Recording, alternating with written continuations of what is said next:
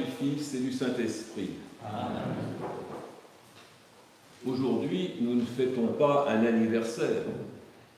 D'abord, nous ne connaissons pas la date de la naissance de la Vierge Marie. Nous fêtons la venue d'un être exceptionnel dans l'univers.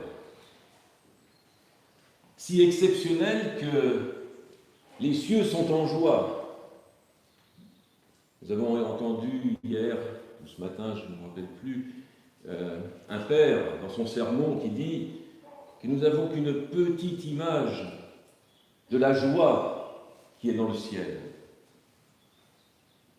Et l'hymne de la naissance de la Vierge Marie résume cette fête et cette joie.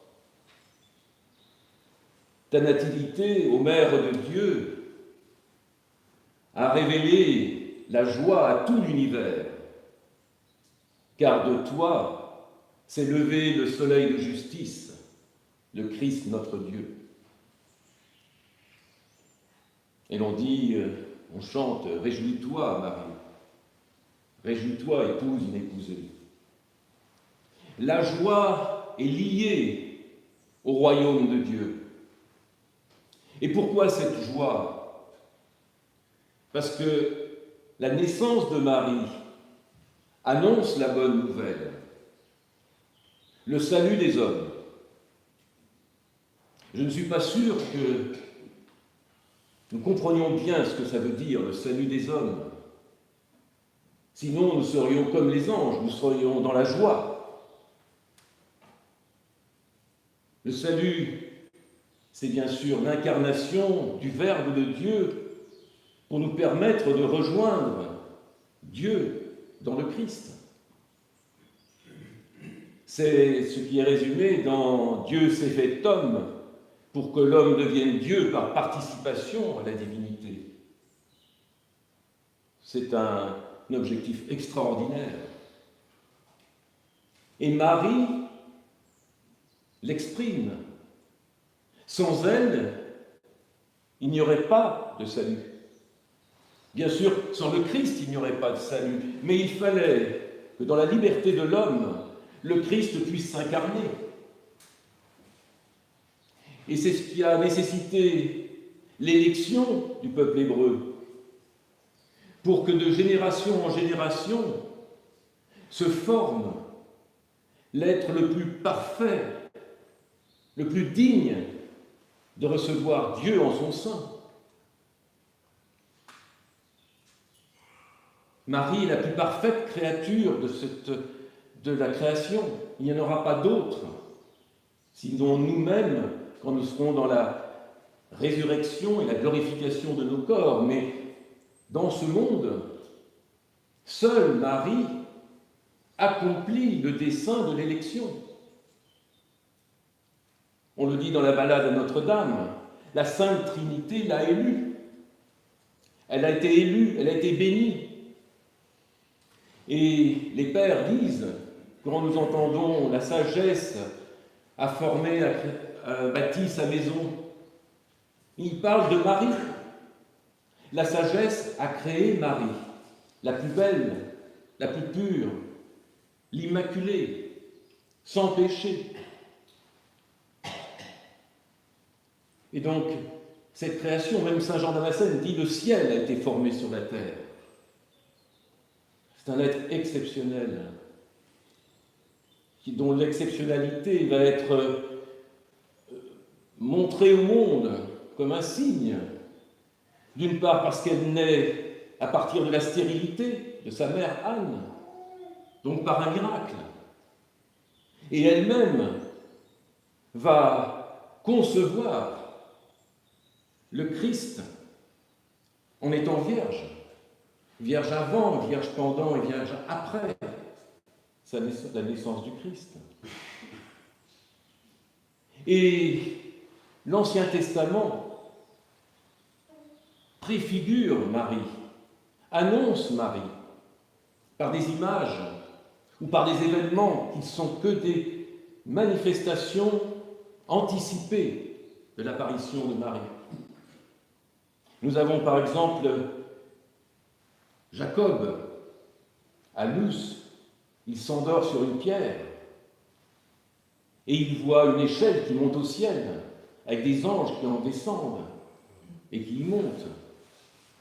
Et lui, qu'est-ce qu'il dit? Il dit: ce lieu sera appelé la maison de Dieu. Mais qui est la maison de Dieu? Qui est la maison du Seigneur? C'est Marie. Et cette échelle, c'est bien sûr le Christ, mais c'est d'abord Marie qui ouvre le ciel et qui permet à Dieu de descendre sur la terre. Elle est dite échelle du céleste. Elle est dite porte du ciel. C'est aussi la toison de Gédéon, vous savez, Gédéon qui demande un signe à Dieu. Et il dit, sur cette toison, fais descendre la rosée du ciel sans toucher autour. Et les pères disent, la rosée du ciel qui descend sur la toison, c'est la fécondité de Dieu qui descend sur Marie au moment de l'Annonciation. Il y a le buisson ardent. Le buisson ardent qui brûle et qui ne se consume pas, c'est Marie qui conçoit le Dieu de l'univers qui devrait la brûler, qui devrait même détruire l'univers en descendant sur terre, et qui ne la consume pas.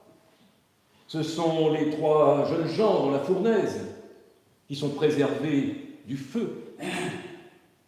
C'est la montagne sainte. Tous ces mots, ils sont rappelés dans les hymnes, dans les cantiques, dans l'Acatiste.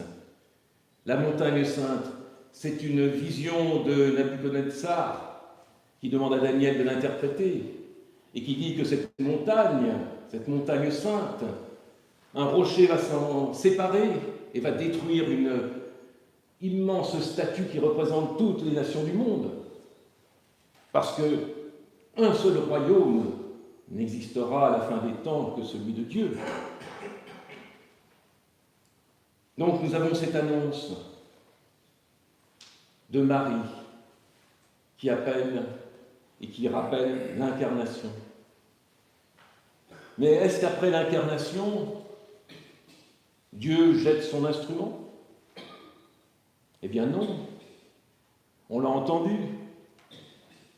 Il fait de celle qui a permis l'incarnation du Verbe la reine des cieux, la reine de l'Apocalypse, avec les 12 étoiles comme couronne, un vêtement de soleil et la lune sous ses pieds.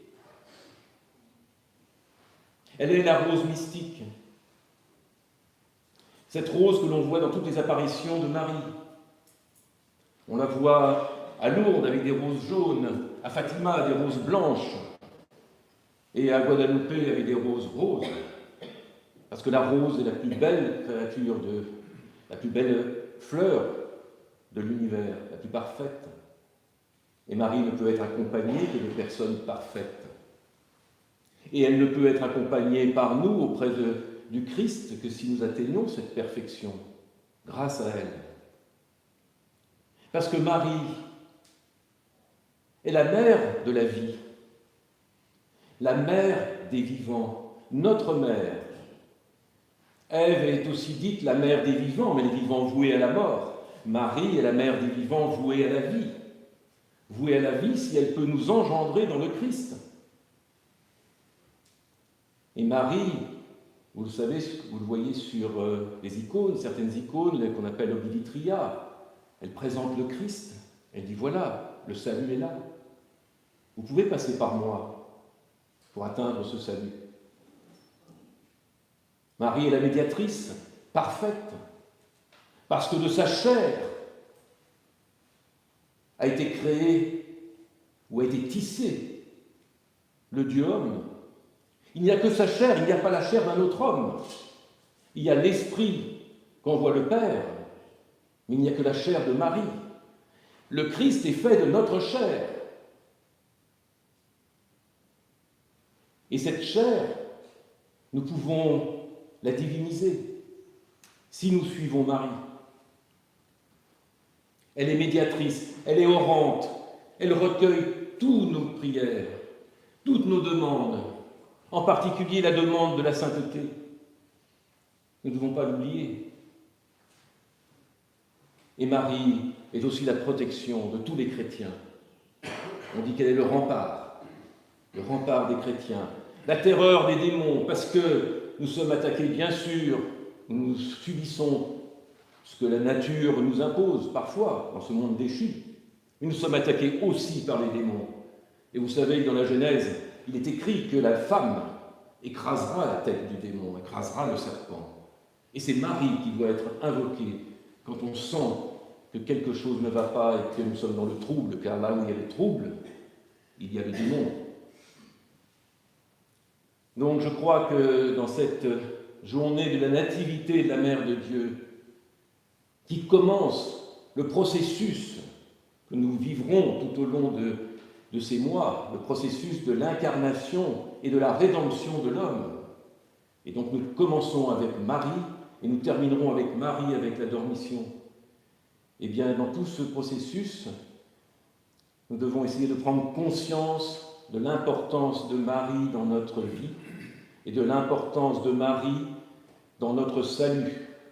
Nous devons l'appeler à la rescousse, et je crois que nous pouvons lui dire et la prier, comme nous le disons dans des hymnes ou dans l'Acatiste.